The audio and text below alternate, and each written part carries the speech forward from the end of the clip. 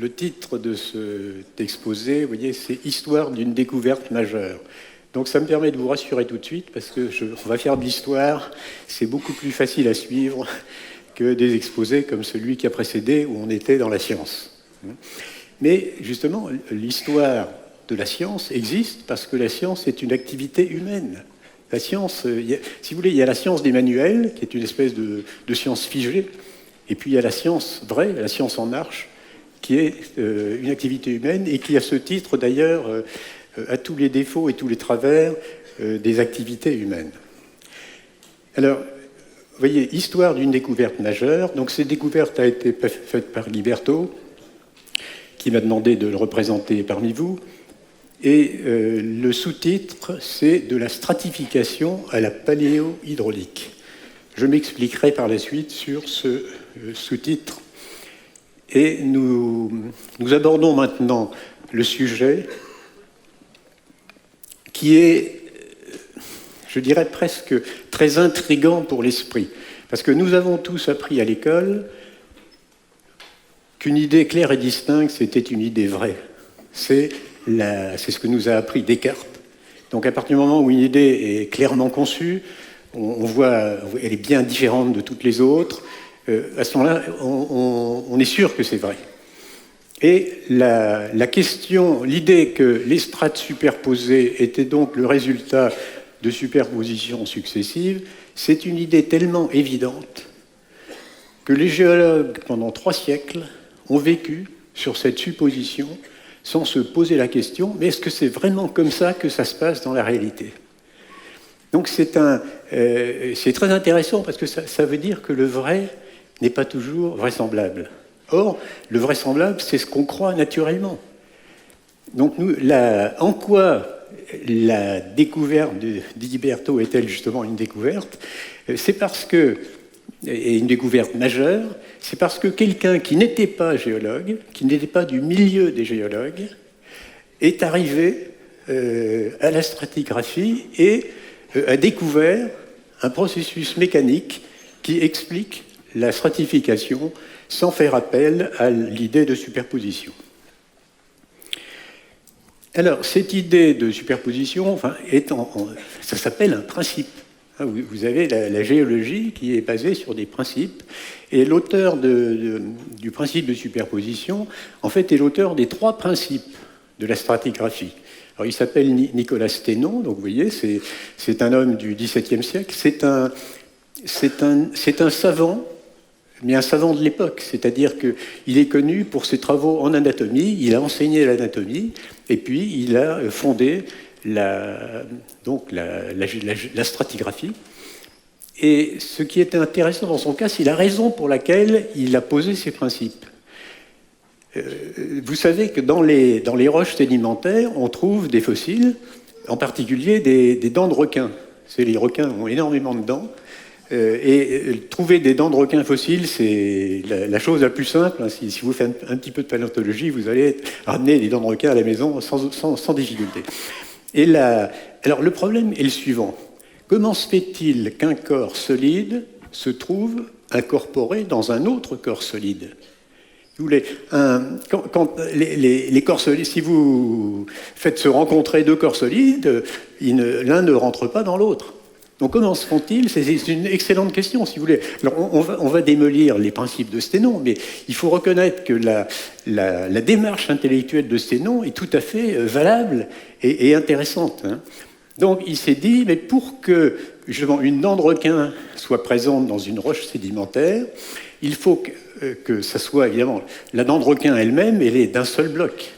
Donc il faut qu'au moment où la roche sédimentaire s'est formée, cette roche ait été à l'état liquide ou à l'état visqueux. Et donc, la dent de requin pouvait être présente à l'intérieur d'un corps semi-liquide, et puis au moment où le corps liquide a perdu son eau et est devenu un sédiment dur, eh bien, la dent est restée. Donc, c'était une idée très juste. Et cette idée a pour conséquence le principe d'horizontalité primaire. Alors, évidemment, le mot est un petit peu abstrait, mais ce que ça veut dire, c'est que justement, la sédimentation, ça se passe dans l'eau. Or, l'eau, vous savez, la surface de l'eau est plane. Hein. Il y a même vous savez, les niveaux qui servent pour tracer une ligne horizontale, on sert de niveaux, et un certain nombre de niveaux sont des niveaux à eau, dans lesquels, et on sait que le niveau de l'eau va être le même à partir du moment où on a une continuité entre les éléments du niveau. Alors, donc nécessairement, la roche sédimentaire s'est formée à plat, puisque la surface de l'eau était à plat. Donc ça, c'est le premier principe. Donc la sédimentation se fait à plat. Le deuxième principe, c'est le principe de superposition.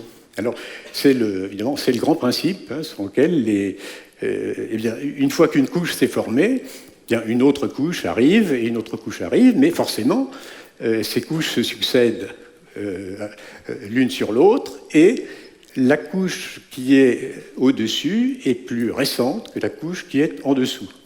C'est là la chose tellement vraisemblable, tellement évidente, que personne n'avait songé à le vérifier. Et puis on a un troisième principe, dont on parlera un petit moins, le principe de continuité latérale. C'est l'idée que la même couche a le même contenu, alors y compris, alors on peut même généraliser, on peut dire le même contenu paléontologique à chaque niveau.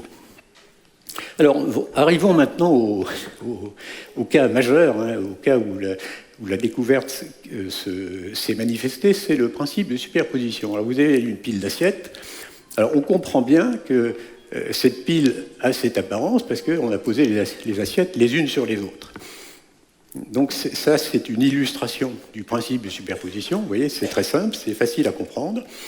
Et quand on regarde une roche sédimentaire, eh bien, on se dit, c'est comme une pile d'assiettes.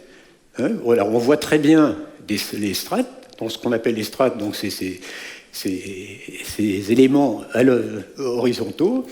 Et l'idée intuitive, c'est que les strates sont des couches, c'est-à-dire des dépôts successifs. Voilà.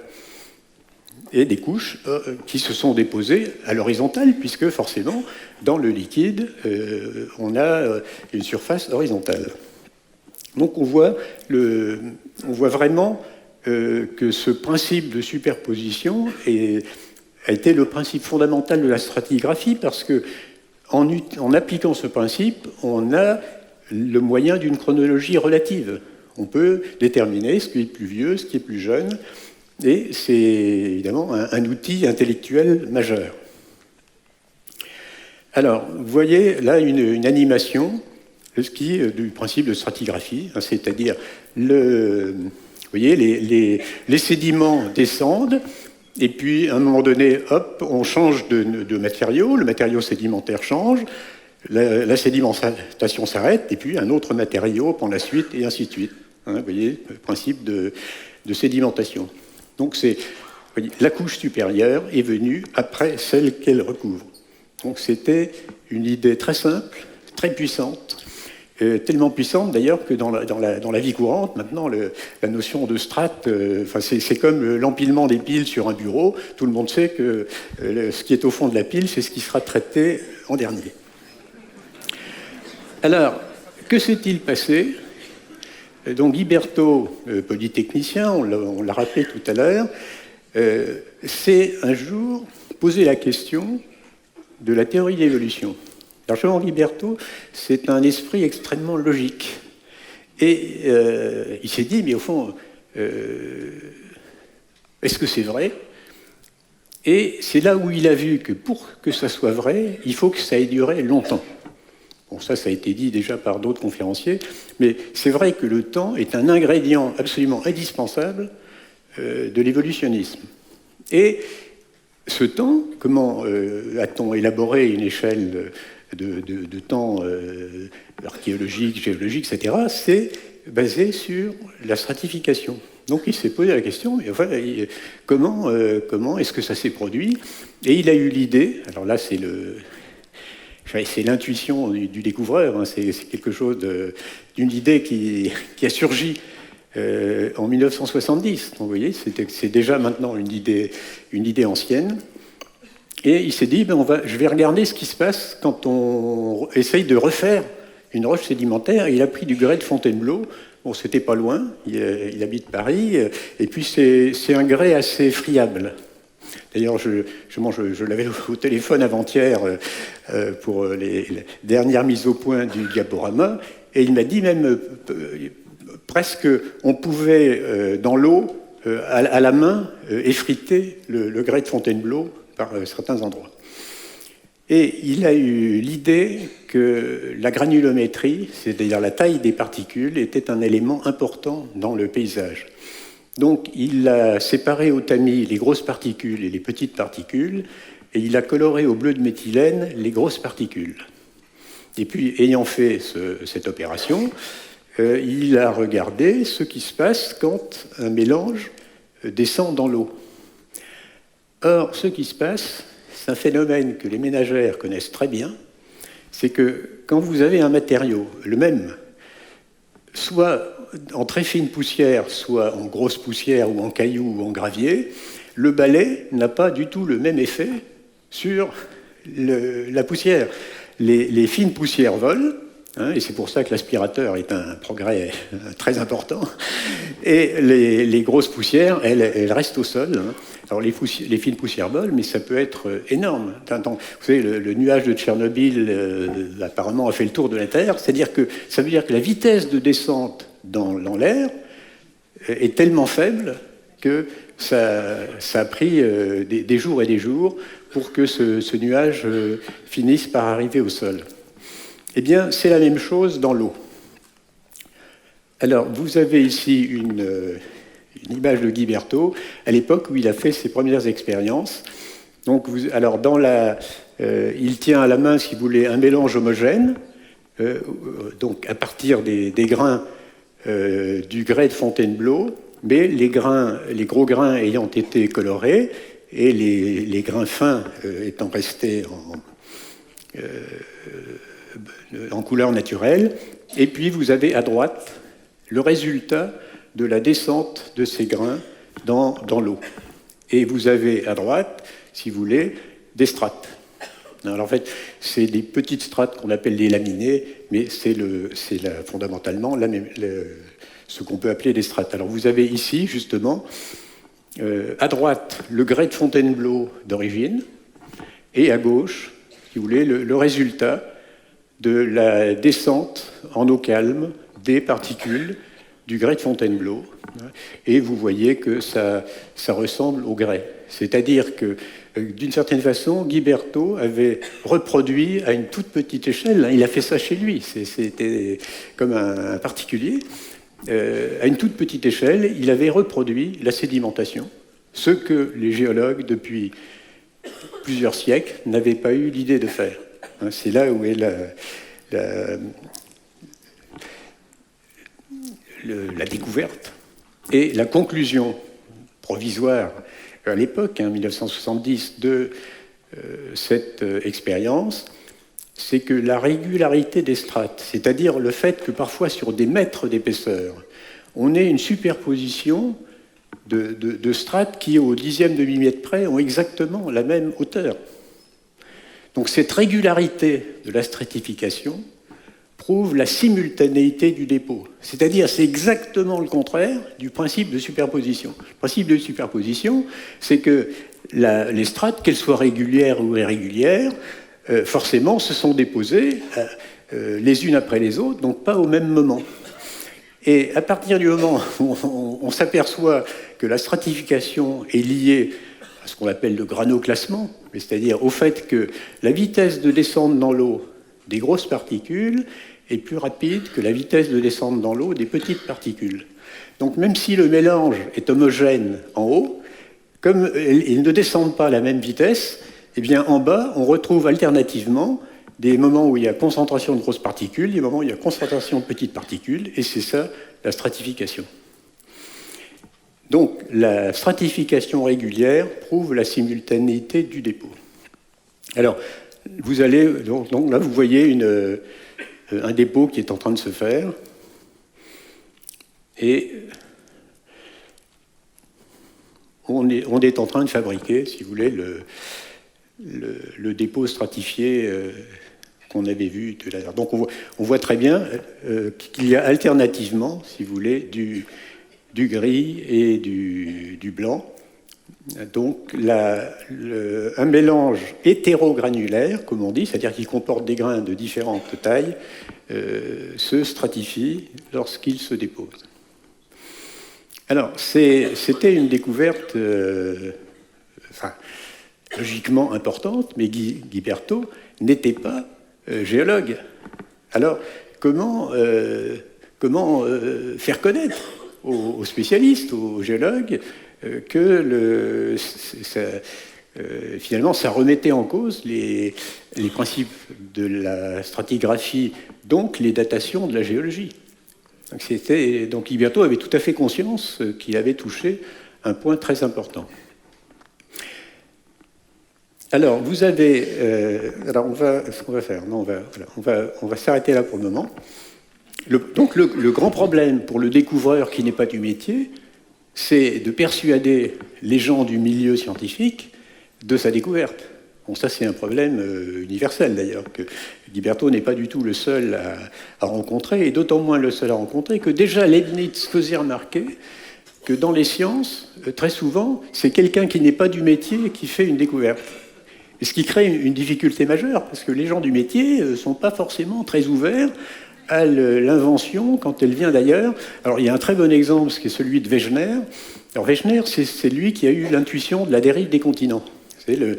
Alors, quand on regarde la carte de l'Afrique et puis la carte de l'Amérique, on voit très bien qu'à un moment donné, aujourd'hui, ça passe, c'est évident, tout le monde le sait, l'Afrique était contre la pointe du Brésil, était là où est le golfe du Gabon aujourd'hui. Bon. Mais Wegener était météorologiste, il n'était pas géographe. Wegener, l'invention de Wegener, c'est 1910. L'époque où la théorie de la dérive des continents a commencé à être enseignée dans les écoles, c'est 1960, 1970. Donc il a fallu, si vous voulez, 60 ans pour qu'une découverte très simple, intuitive, facile à vérifier, parce qu'en plus, de part et d'autre sur les deux continents, on retrouve des analogies géologiques. Mais il a fallu 60 ans pour que le milieu des géographes accepte la découverte de Wegener, parce que Wegener était météorologiste. Alors, Guy Berthaud, lui, il n'était ni géologue, il était polytechnicien, travaillant dans l'industrie, et il n'avait aucune entrée dans le monde universitaire. Ce qui explique pourquoi les expériences de Guy Berthaud réalisées en 70 n'ont été publiées pour la première fois qu'en 1986. Mais que s'est-il passé ? C'est que entre 70 et 86, alors Guy Berthaud avait rédigé une présentation de ses expériences, il les avait envoyées à l'Académie des sciences sous pli cacheté. Vous savez, ça c'est une procédure, c'est comme les enveloppes solo dans l'industrie, pour ceux qui connaissent. Donc on envoie sa découverte à l'Académie, et puis on a... au moment, donc comme ça, il y a une date certaine, et puis on demande l'ouverture. Et au moment où on a l'ouverture, eh bien, l'Académie est censée prendre connaissance de ce qu'on a voulu lui faire connaître. Mais quand Guy Berthaud a demandé l'ouverture des plis cachetés, on lui a répondu... Alors le premier qui a été chargé de l'ouverture des plis cachetés a considéré qu'il n'était pas compétent, parce qu'il était paléontologiste.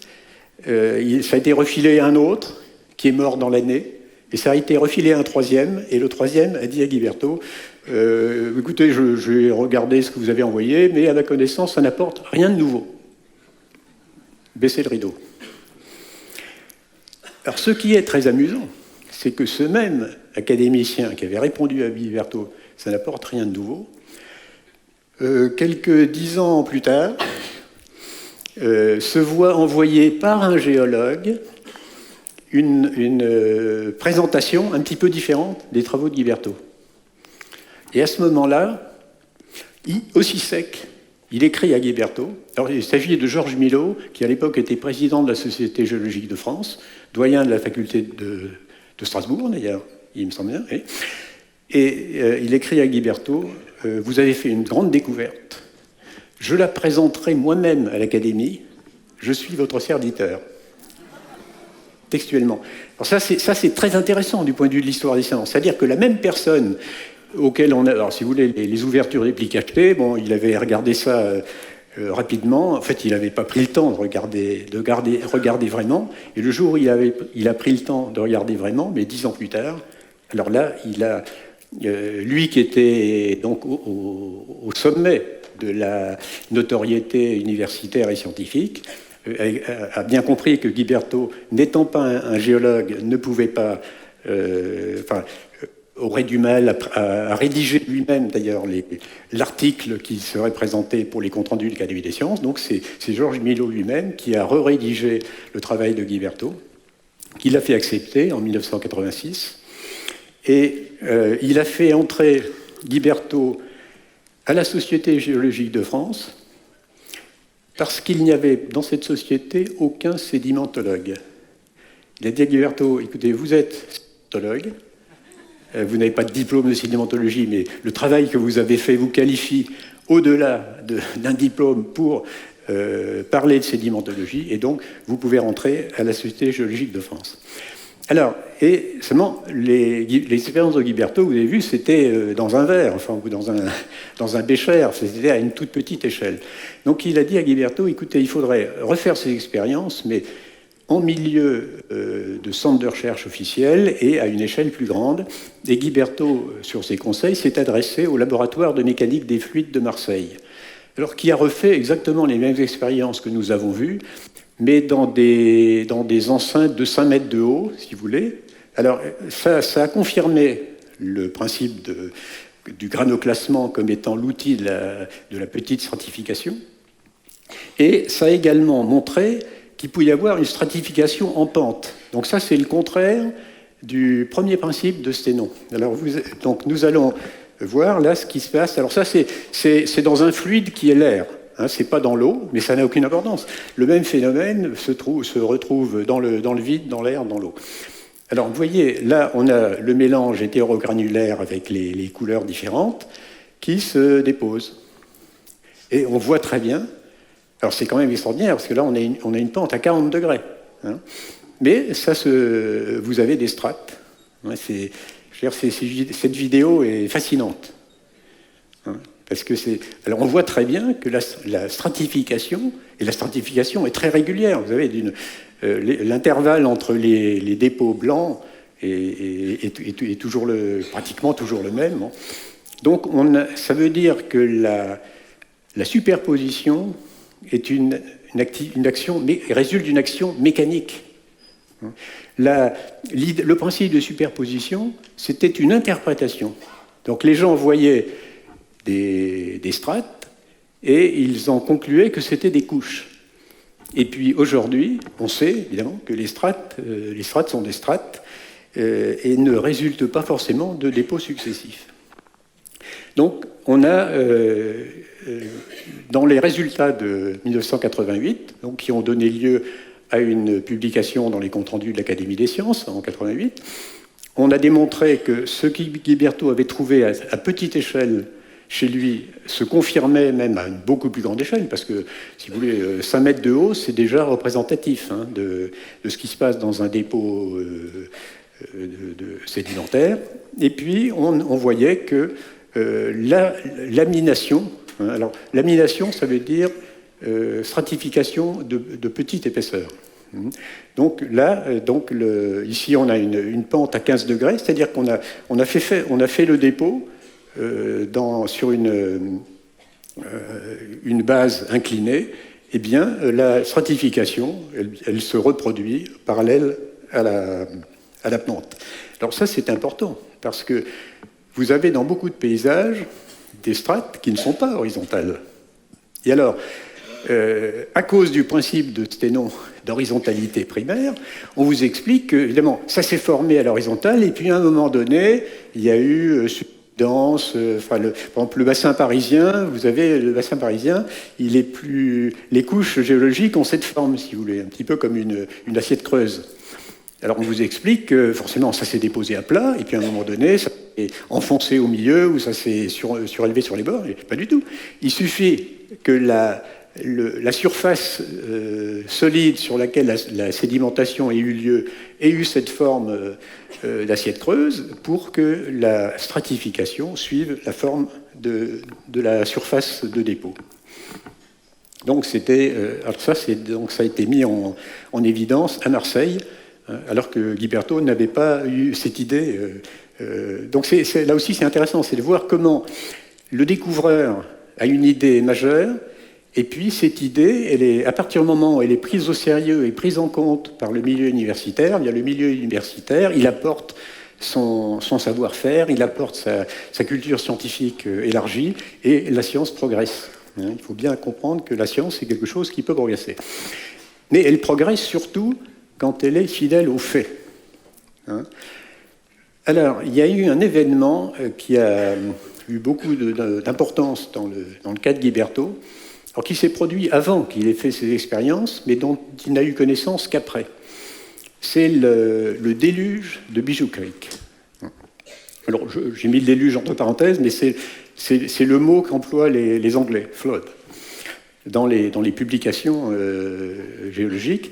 Alors, vous voyez, le 17 juin 1965, donc c'est une date très précise, hein. C'est un petit peu comme l'explosion du mont Saint-Hélène dont on a parlé tout de suite. Il y a eu donc des pluies torrentielles dans une région du Colorado, et la rivière Bijou Creek, elle a débordé. Alors on voit, si vous voulez, la photo montre les dévastations provoquées par l'inondation. Alors ce qu'on note, c'est que l'inondation a duré entre 9h et 11h.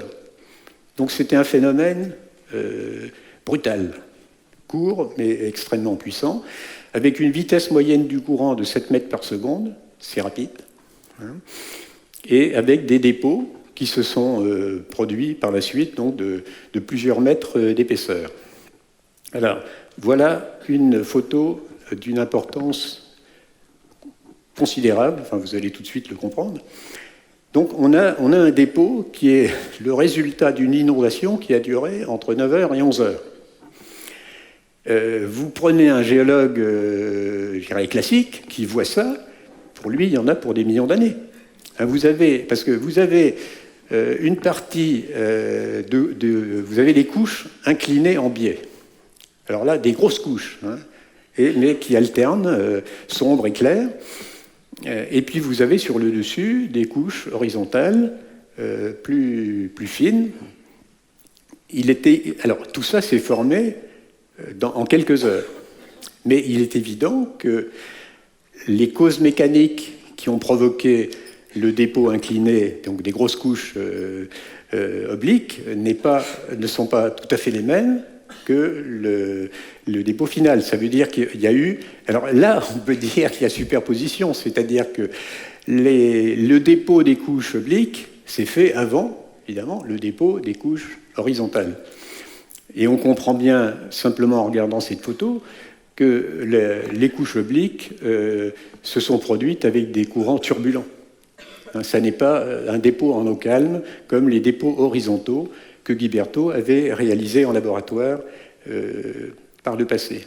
Mais donc le cas de Bijou Creek est très, très intéressant parce qu'il montre qu'un faciès lithologique complexe avec différents types de couches peut se réaliser en très peu de temps. Et très peu de temps, c'est en quelques heures, c'est pas en quelques années. Et un autre point important dans Bijou Creek, qui est marginal par rapport aux travaux de Guiberto, mais qui est intéressant, c'est que vous avez dans les couches géologiques, on observe des joints de stratification. C'est-à-dire on a des moments donnés, même quand c'est le même matériau. Donc on a des strates, et puis à un moment donné, on a du vide. On a un joint, donc là le joint vous le voyez un petit peu au milieu du morceau de sable. Et comment s'est-il produit? Eh bien, on a maintenant l'explication mécanique, chimico-mécanique de ce joint de stratification, c'est que la sédimentation, ça se passe dans l'eau. Donc il y a dans le dépôt de l'eau et les sédiments. Et on sait par le navire Glomar Challenger, alors ça c'est un navire océanographique qui a circulé pendant de nombreuses années, enfin qui circulait dans les années 60-70. Quand on descend, on fait du carottage au fond des mers. Parce qu'au fond des mers, vous avez de la sédimentation. Et quand on fait ce carottage, on s'aperçoit qu'il faut descendre à 300 mètres sous la surface de l'océan pour toucher du dur. C'est-à-dire que toutes les couches sédimentaires qui sont à moins de 300 mètres en profondeur, elles restent pleines d'eau, elles restent semi-solides. Et donc, quand il y a induration, c'est-à-dire quand la roche qui était donc mélangée avec l'eau devient une roche solide, ça veut dire que l'eau est partie. Donc il y a eu un réarrangement des particules et l'espace qui a été libéré par l'eau doit être compensé par quelque chose et c'est pour ça qu'il se forment des stratifications. Alors, maintenant, une nouvelle étape, c'est donc l'Université du Colorado en 1990. Donc 2 ans plus tard, vous voyez, c'est un rythme de 2 ans en 2 ans. Donc Guy Berthaud prend contact avec l'Université du Colorado où un sédimentologue canadien, Pierre Julien, s'est chargé de faire des expériences en canaux. Alors vous voyez les canaux de recirculation de l'Université de Colorado, il y a des canaux de 40 mètres de long. Donc c'est un équipement unique au monde pour étudier ce qui se passe dans la sédimentation en acte. Et ce qui les a bluffés, je dirais, c'est que donc Guy Berthaud est allé voir ces appareils et eux avaient fait ces canaux pour observer la surface du sédiment. C'est en particulier ce qu'on appelle les ripple marks. Vous savez, il y a des endroits dans le sable où on a des petites bosses, etc. Et donc, ces canaux, au départ, avaient été conçus pour reproduire les ripple marks. Et Guy Berthaud il lui a posé la question, il dit « Mais est-ce que vous avez pensé à faire une coupe pour voir ce qui se passe en dessous ?» Ils n'y avaient pas pensé. Alors ça les a piqués au vif, et donc il y a eu collaboration entre l'Université du Colorado et Guy Berthaud pour voir ce qui se passait avec les canaux de recirculation, c'est-à-dire que au lieu de... Nous étions jusqu'à maintenant dans le dépôt en eau calme. Si vous voulez, la lamination par granoclassement, c'était des sédiments qui descendaient tranquillement dans l'eau. Seulement, la sédimentation réelle, les roches sédimentaires, c'est-à-dire les 2/3 des roches visibles à la surface du globe, ces roches, les sédiments ne sont pas venus du ciel. Ils ont été transportés par les courants. Et donc, l'intérêt des expériences en canaux qui ont été faites à l'Université du Colorado, c'était d'examiner ce qui se passe quand le courant transporte les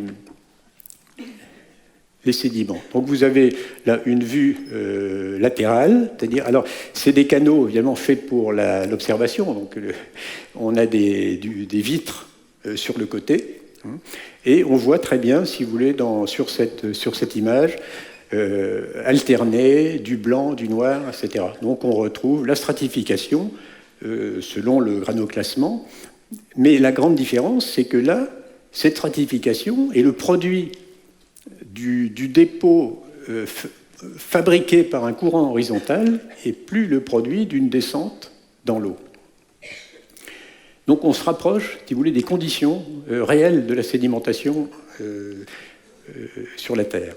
Alors voilà, justement, une coupe transversale, donc dans un canot, et on voit très bien une stratification. Alors que l'opération a duré maximum quelques heures.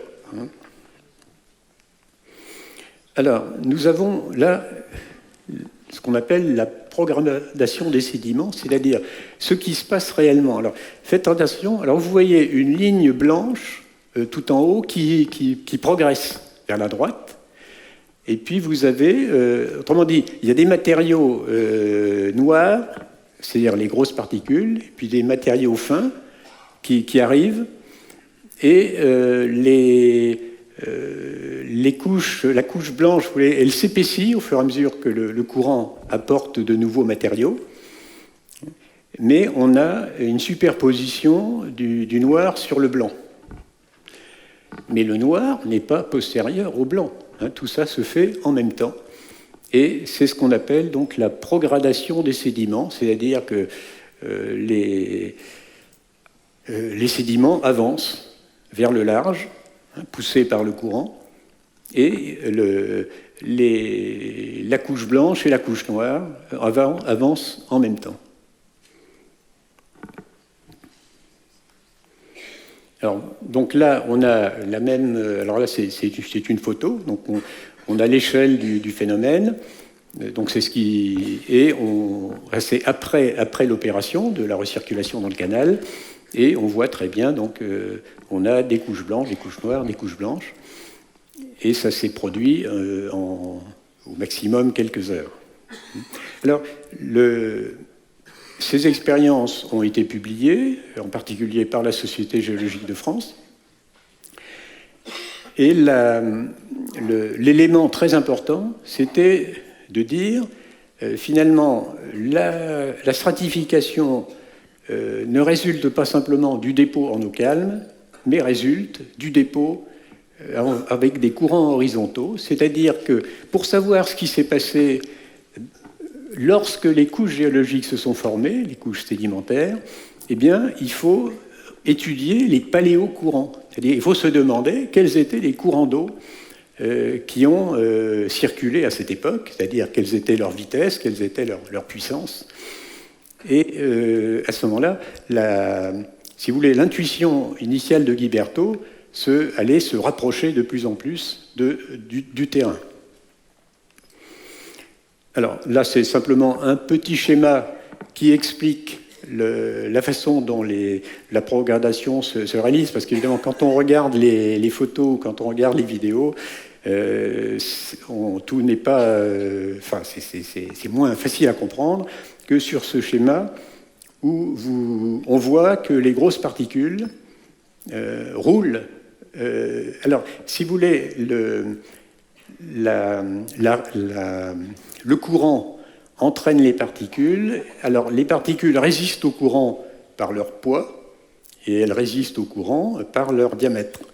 Et donc, il est normal que même dans les courants horizontaux, les petites particules aient un comportement différent des grosses particules. Donc, on voit que les grosses particules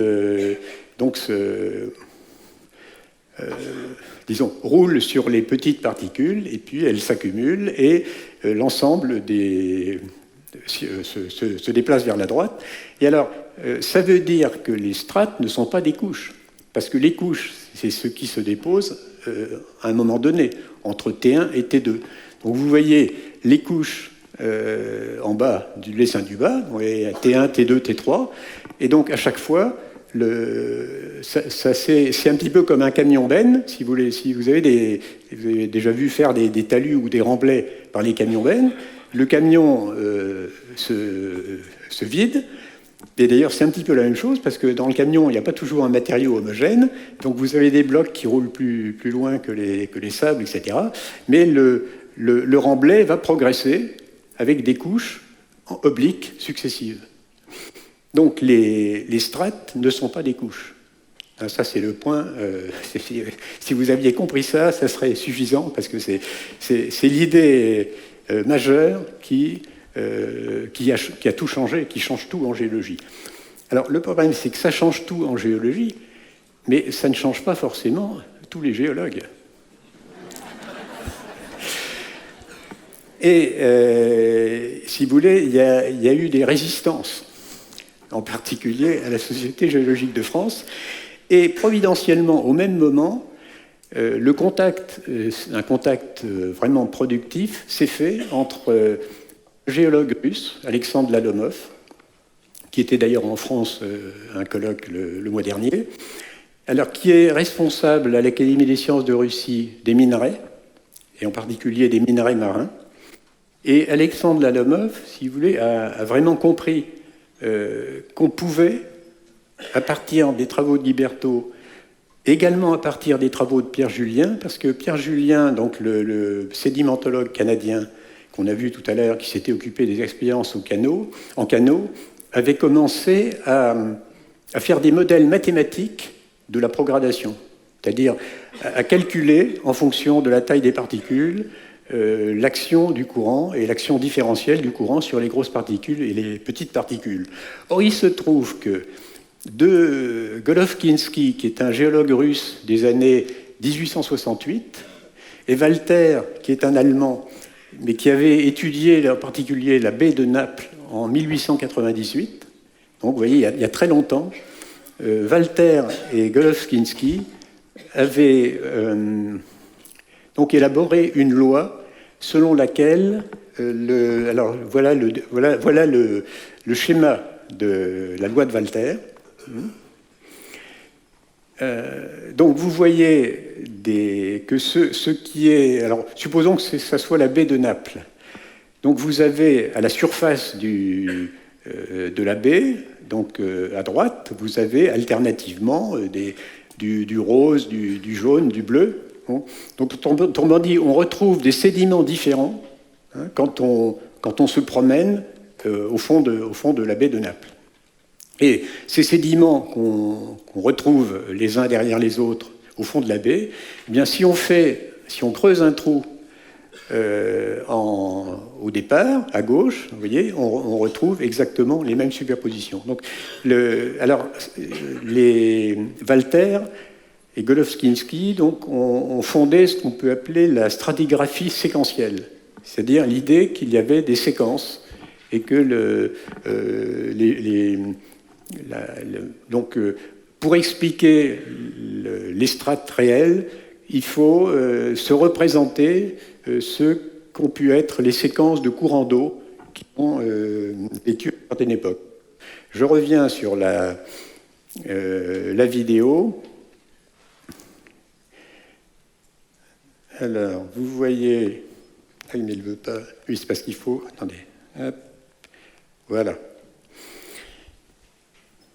Alors là, on est dans les canaux de l'université de Boulder au Colorado, et on voit le courant, là, et maintenant on voit une petite animation qui représente, évidemment de façon plus claire pour nous, alors vous voyez comment,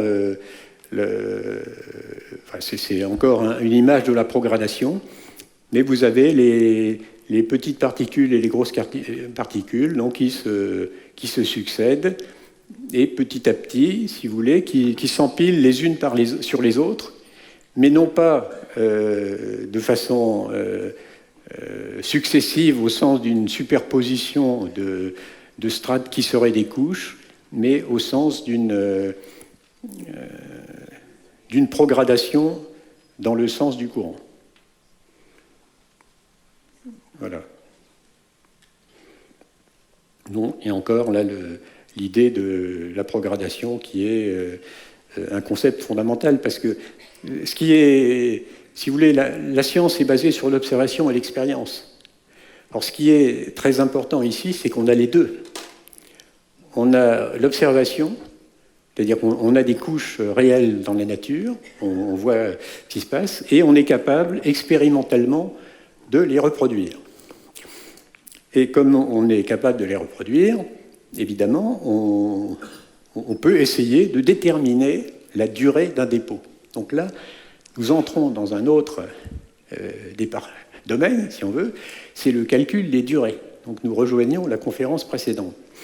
Alors là, c'est un schéma établi par Alexandre Lalomov, donc qui travaille à l'Académie des sciences de Russie et qui a auquel donc Guy Berthaud un petit peu avait confié le soin de développer ce qu'il avait découvert. Et donc ce schéma montre les différentes étapes ou les différents moyens dont il faut se servir pour arriver à calculer la durée d'un dépôt. À calculer la durée d'un dépôt. Donc ça, on n'est plus dans les hypothèses, on n'est plus dans, si vous voulez, dans les millions d'années qui n'ont pas de fondement mathématique, qui résultent de raisonnements discutables, mais on est dans le calcul basé sur des mesures expérimentales de déplacement des... Alors, vous avez la constitution granulométrique, c'est-à-dire qu'on analyse on prend un sédiment réel, in situ, on analyse la granulométrie, les différents composants. On sait par des tableaux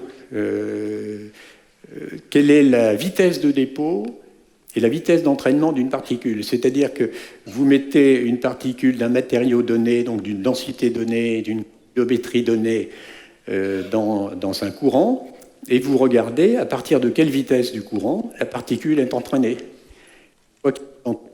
Regardez à quelle vitesse elle va se déposer. Donc tout ça est parfaitement observable, mesurable.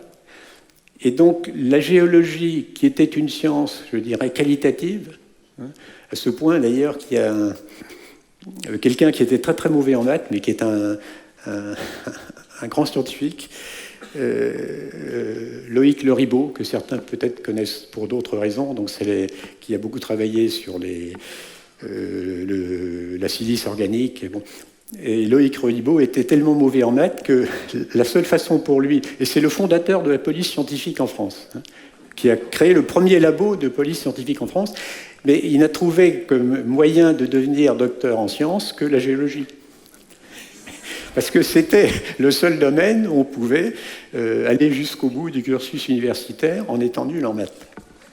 Mais enfin, ce qui est intéressant, parce que ça prouve aussi que la sélection par les maths n'est pas forcément la meilleure sélection pour les découvertes scientifiques.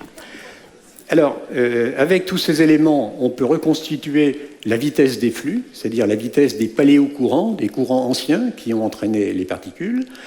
Alors, vous avez la méthode d'Einstein. Alors, ce n'est pas le même Einstein que celui auquel tout le monde pense. C'est un Einstein qui s'est intéressé au remplissage des barrages. Parce que vous savez, on construit des barrages pour barrages hydroélectriques, barrages à usage agronomique, etc. Le problème, c'est que ces barrages se remplissent. Forcément, les rivières en amont apportent des sédiments, et ces sédiments, petit à petit, remplissent ces barrages. Donc, Einstein s'est intéressé à la sédimentation dans les barrages, le but étant de calculer le temps que le barrage pourrait fonctionner. Et donc, il a élaboré des méthodes de calcul dont on peut se servir. Avec ça, on arrive à la capacité de transport des sédiments, on voit le volume de la formation qu'on analyse, et avec tout ça, on peut aujourd'hui calculer la durée d'un dépôt. Donc c'est important parce que ça veut dire que la géologie entre dans le domaine du calcul, donc elle change vraiment de nature. Et alors souvenez-vous de toutes les images de la progradation qu'on a regardées. Alors, on trouve très souvent dans la nature, dans l'observation, ce genre de faciès, c'est-à-dire vous voyez, c'est comme ces vagues successives. Eh bien, en regardant ce faciès, on sait quel était le sens du paléocourant qui a déposé ces sédiments. Donc, on peut... alors, comme on connaît le sens du courant, on sait d'où viennent les sédiments. Et on peut, dans certains cas, alors on verra un exemple tout à l'heure, repérer le site rocheux d'où les sédiments sont venus.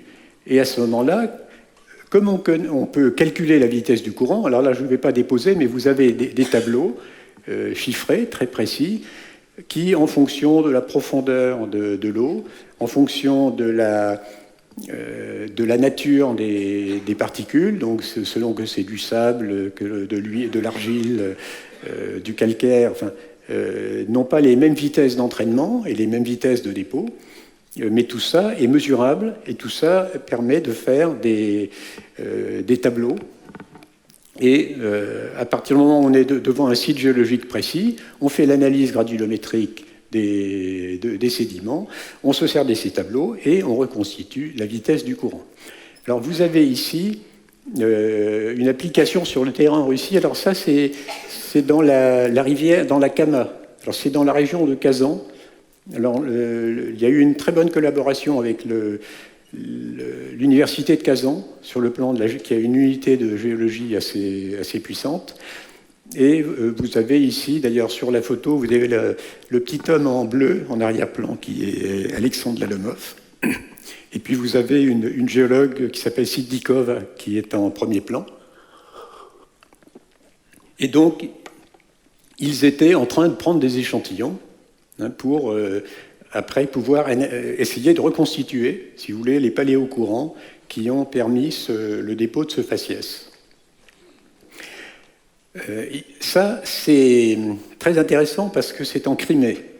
Alors vous voyez que dans ce dépôt sédimentaire, il y a des blocs brillants blancs, si vous voulez, qui sont inclus dans un sédiment fin. Or, les blocs en question, on sait d'où ils viennent. Ils proviennent d'un site qui est à 400 km de l'endroit du dépôt. Et compte tenu de la taille de ces blocs, de leur densité, etc., on a pu calculer la vitesse du courant qui les avait amenés.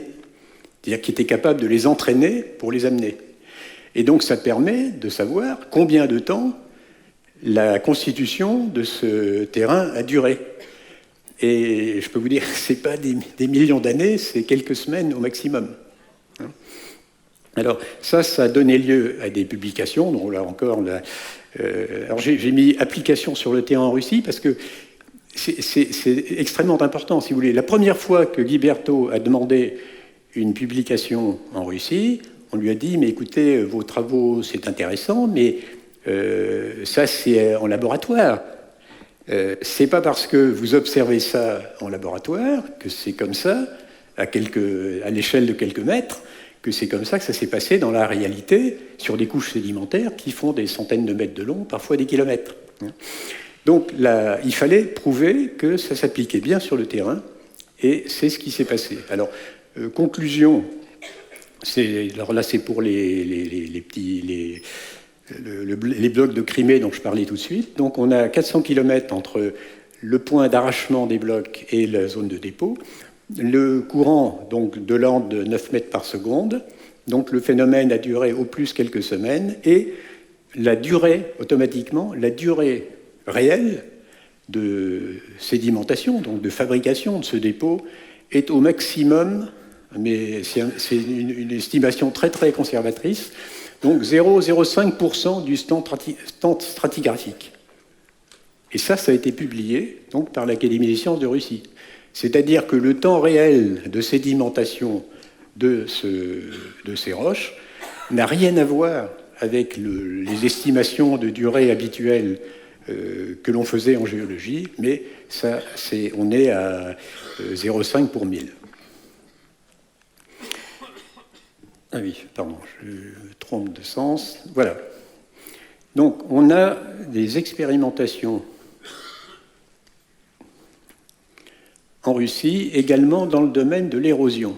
Parce que c'est bien, les sédiments se déposent, mais ils se déposent, ils viennent de quelque part. Donc, on a essayé de déterminer ce qui se passait pour l'érosion. Alors, vous voyez ici, bon, c'est des machines de l'Institut d'ingénierie hydraulique VDNF de Saint-Pétersbourg, et on projette des courants d'eau très très rapides sur des échantillons de roches, et puis on essaye de provoquer l'érosion. Et ça a donné lieu à publication, mais il faut des courants très très rapides pour créer l'érosion. Alors, la première publication importante des travaux de Guy Berthaud en Russie, c'est en 2002. Alors, il s'est passé la chose suivante. Guy Berthaud avait dit à Alexandre Lalomov, ça serait bien de publier mes travaux, donc c'est des choses qu'il avait déjà fait avant, dans une revue de stratigraphie. Et il y a justement une revue à Moscou qui s'appelle Stratigraphie. Alors, Alexandre Lalomov a une image très, très amusante. Il dit, publier un article comme ça dans Stratigraphie, c'est-à-dire expliquer aux spécialistes de stratigraphie que les principes de stratigraphie sont à revoir, c'est comme aller chercher son morceau de viande dans l'antre du tigre. Et évidemment, alors ce qui s'est passé, c'est que, il a envoyé l'article à Stratigraphie, et quelque temps après, alors ça a été donné à des réviseurs, et puis donc il y a eu 2 réviseurs. Alors, il y en a un qui a dit, mais c'est intéressant, ça fait réfléchir. Finalement, ça serait bien de le publier, ça mettra un petit peu d'animation dans nos cercles. Et puis, il y en a un autre qui a dit, c'est impossible, c'est absurde. Enfin, c'est là où on voit les préjugés évolutionnistes à l'œuvre. Alors, du coup, la revue était embêtée, et elle s'est sortie de cette situation en disant, bon, au fond, ce travail, c'est pas vraiment... Enfin, on va donner ça à une autre revue, et ils ont transmis ça à une revue qui s'appelle Lithology and Mineral Resource, qui est apparemment une revue où l'idéologie avait moins d'influence. Et donc, il y a eu la première publication de Guy Berthaud en 2002 dans Lithology and Mineral Resource, qui est une revue officielle qui est accessible dans toutes les bases de données, bien sûr. Alors, il y a eu en 2007... Alors, il y avait quand même eu quelque chose de juste dans les réactions de stratigraphie, c'était de dire, bon, tout ça c'est très bien, mais est-ce que ça s'est vraiment passé comme ça sur le terrain? Et donc, en 2007, il y a eu la première publication. Alors, vous voyez que cette publication, elle n'est pas signée Guy Berthaud, elle est signée Alexandre Lanomeuf. Donc, c'est la passation de témoins, si vous voulez. C'est le moment où un géologue de métier, qui travaille à l'Académie des sciences, applique les intuitions de Guy Berthaud sur le terrain.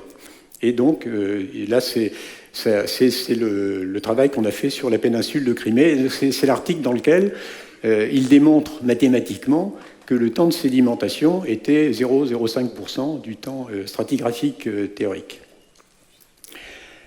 Alors, il y a eu après une publication par l'Institut Vienneyev de Saint-Pétersbourg sur l'érosion, dans une revue qui s'appelle Izvestia. Donc ça, c'était en 2010. Vous avez eu, alors en 2011, on a eu une autre publication. Alors vous voyez que les signataires, c'est Berthaud, Lalomeuf, Tougarova, donc c'est une communauté savante, et qui ont étudié la pénéplaine russe aux alentours de Saint-Pétersbourg, si vous voulez, de la même façon, en essayant de reconstituer les paléocourants de l'époque. Alors, il y a eu une publication dans Géoressources. Tiens, pourquoi est-ce qu'on... Voilà. Donc, c'est une revue russe dans lequel... Alors là, vous voyez le titre, c'est quand même un titre très ambitieux, c'est un article de Guy Berthaud, et vers une refondation de la géologie historique. Et puis, Guy Berthaud, alors évidemment, ça c'est des publications en Russie, mais il y a eu une publication suite à une intervention de Guy Berthaud à Pékin, en 2013, où il a même essayé d'apporter des éléments supplémentaires pour essayer de comprendre la façon dont les transgressions marines ont pu se produire pour provoquer ces courants d'eau gigantesques nécessaires pour constituer les roches sédimentaires que nous connaissons aujourd'hui. Donc, nous arrivons à la conclusion. Alors, ça n'est pas la conclusion du travail. À la limite, le travail commence maintenant. C'est-à-dire que maintenant, une nouvelle géologie approche, dans laquelle on pourra appliquer l'axiome de Leibniz. Ne discutons plus, calculons. C'est plus une question d'interprétation. Maintenant, ça devient la reconstitution des paléocourants, donc l'étude de la sédimentation telle qu'elle a pu se produire dans le passé, ça devient une question de calcul. Ça, c'est un progrès considérable pour la science. Ça change complètement la démarche géologique. On était dans l'interprétation, et maintenant, on arrive dans le calcul, on arrive dans une géologie beaucoup plus savante. Enfin, reconstruire la géologie sur des bases expérimentales. Vous voyez, c'est ce qu'a fait Guy Berthaud. Et c'est fait. Maintenant, c'est-à-dire, il a posé les bases de la reconstruction. Maintenant, il faut travailler. Et ça, je conclurai par une citation de Fénelon, que Guy Berthaud aime beaucoup, et qui est la suivante. Fénelon disait « La plupart des erreurs des hommes ne viennent pas de ce qui résonne juste à partir de ce qui résonne mal à partir de principes justes, mais de ce qui résonne juste à partir de principes faux ou de considérations inexactes. Hein, il faut toujours aller voir le point de départ. Le point de départ, c'était non, principe de superposition. Principe tellement évident qu'on n'avait même pas l'idée de chercher à le prouver. Il est évident que ça s'empile et que ce qui est au sommet de la pile est plus récent que ce qui est au fond de la pile. Et finalement, ce principe, qui était donc en tant que principe merveilleux, était faux, tout simplement, ne s'appliquait pas dans le cas précis de la sédimentation. Donc il y a beaucoup de leçons à tirer, si vous voulez, du travail de Guiberto. Il y a des leçons à tirer quant à l'histoire de la science, quant à la façon dont la science progresse, quant à la façon dont quelqu'un qui n'est pas un spécialiste d'une discipline peut arriver, mais ça prend 40 ans, à faire pénétrer ses idées dans le milieu, et la façon dont, d'une certaine façon, il y a des degrés de certitude dans la science, et la mathématisation apporte quand même un élément important d'objectivité. Donc tout à l'heure, je dis, il y a des gens mauvais en maths qui peuvent être de très très bons scientifiques, et on l'a vu d'ailleurs avec John Sanford tout à l'heure, la mathématisation de certains phénomènes permet de rendre les choses plus objectives. Donc, la conclusion, se méfier des évidences, se méfier des principes. C'est très joli, les principes. Mais c'est satisfaisant pour l'esprit. Et les Français aiment bien les choses claires, satisfaisantes pour l'esprit. Mais il faut d'abord il faut qu'il y ait l'humilité du scientifique devant les faits, que le scientifique prenne du recul par sa propre interprétation des faits, écoute les objections des autres. Et donc, comme disait Georges Milhaud à Guiberto, vous avez fait une grande découverte. Mais c'est pas seulement d'une certaine façon, Guiberto, il a eu une intuition. Il a eu le mérite extraordinaire de développer cette intuition, d'aller jusqu'au bout, et ça a pris 40 ans. Mais si vous voulez, l'histoire de Guiberto, c'est l'histoire de cette découverte, donne énormément d'informations finalement sur la science elle-même, pas seulement que sur la géologie, mais sur la manière dont la science peut progresser. Donc il faut être pour la science, il faut se méfier des principes, mais c'est comme ça que nous pouvons avancer. Quand on voit arriver Nathalie, on se dit faut que j'arrête. Merci Dominique Tassot.